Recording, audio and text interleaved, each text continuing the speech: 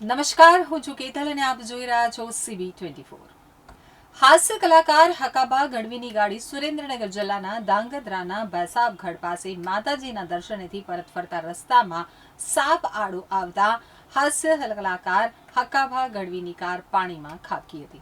મહા મહેનતે હકાબા ગઢવીને ગાડીમાંથી સુરક્ષિત રીતે બહાર નીકાળ્યા છે।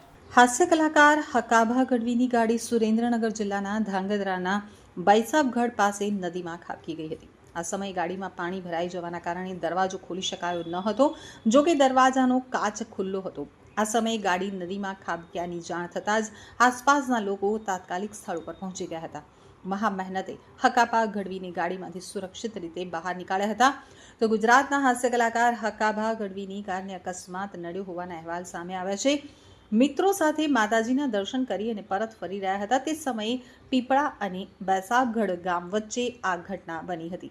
સદનસીબે આ અકસ્માતમાં હકાબા ગઢવીનો આબાદ બચાવ થયો છે અને તેઓ સુરક્ષિત છે। તો મળતી માહિતી મુજબ હકાબા ગઢવી પોતાના મિત્રો સાથે બેસાબગઢ નજીક આવેલા પ્રસિદ્ધ હેંગળાજ માતાજીના મંદિરે દર્શન કરવા માટે ગયા હતા। દર્શન કરી અને ફોર્ચ્યુનર કારમાં પરત ફરી રહ્યા હતા તે સમયે અચાનક રસ્તા ઉપર સાપ આડો ઉતર્યો હતો। સાપને બચાવવાનો પ્રયાસ કરતી વખતે કાર ઉપરથી સ્ટીયરિંગ ઉપરનો કાબુ ગુમાવતા ફોર્ચ્યુનર કાર સીધી રસ્તા કિનારે પાણીમાં ખાબકી હતી।